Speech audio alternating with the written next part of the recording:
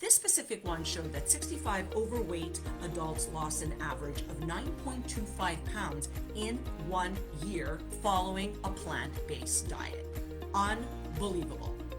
Okay? So really, really, really compelling.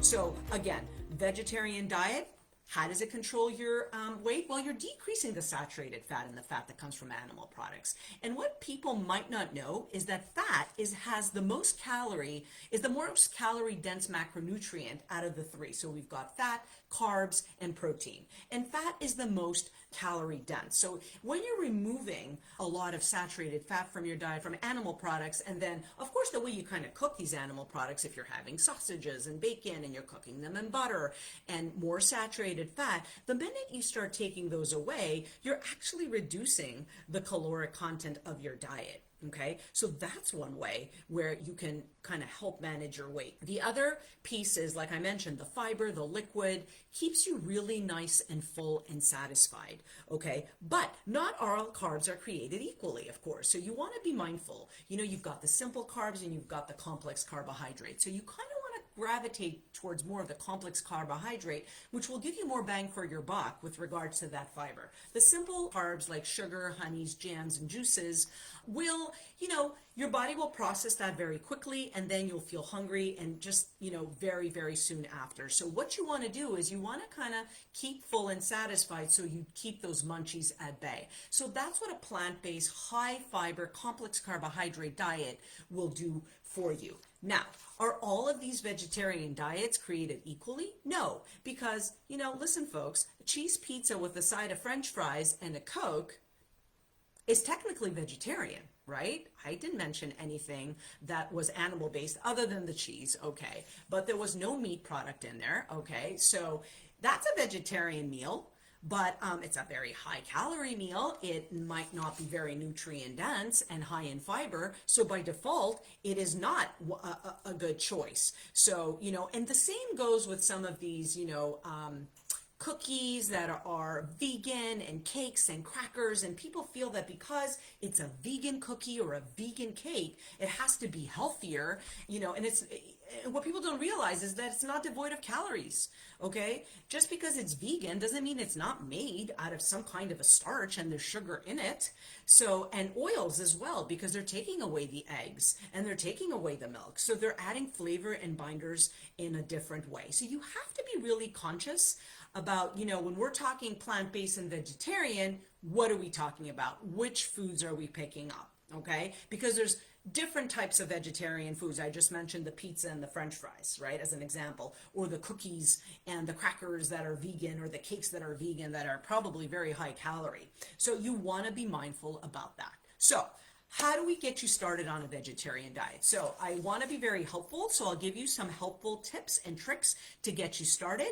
So what you want to be doing is you want to start by maybe adding 1 or 2 meals in your weekly menu rotation that is plant-based. Start with a base of plants, whether it's a salad, whether it's a soup, whether it's a casserole. Try to add double the vegetables that you would, and try to avoid any kind of animal-based product, maybe once or twice a week.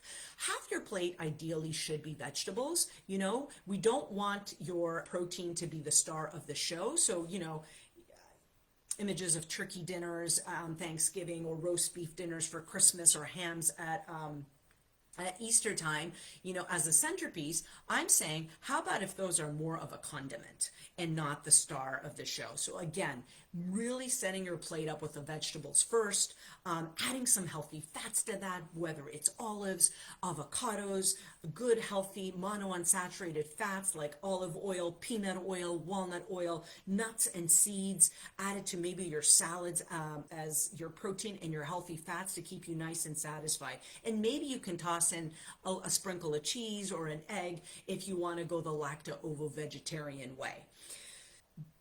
And beans, my goodness, you can add beans to your salads, or you can make a vegetarian chili as another suggestion, or you can make a really quick wrap of just shredded carrots, vegetables, whatever you have on tap. Open up a can of beans, rinse them, put them right on a warm tortilla with maybe the Daiya cheese that melts really well, and you've got yourself a really good lunch or snack. So that's another way to get it in.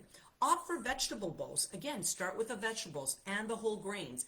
Make that your base, and then add, some herbs and spices and other things in order to enhance it, okay?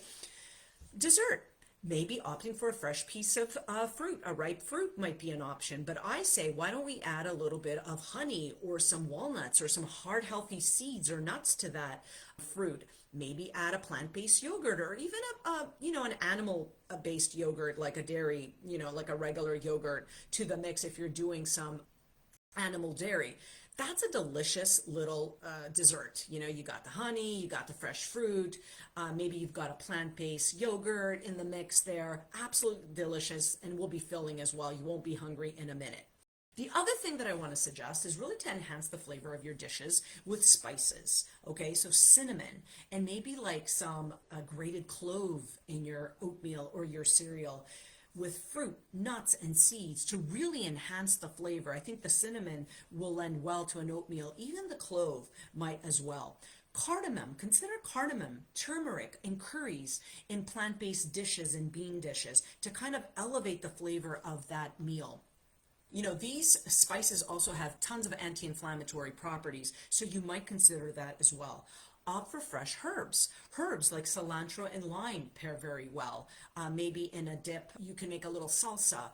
Tomatoes and onions and cilantros and lemon, okay? Parsley and lemon are a really nice pairing. Basil and balsamic vinegar, maybe over tomato or cucumbers, is another idea to enhance the flavor of your meals. So, I challenge you, I really do. I want people to really think about this in the new year. Let's make this year more of a plant-based year. Let's decrease the environmental footprint that all of this, the animal products are, they're really affecting our environment and our health and our heart health and our gut health. So, consider them more as condiments versus, I would say, the star of the show. And you'll be happier for it. Your heart will be happier for it. Your gut will be happier for it.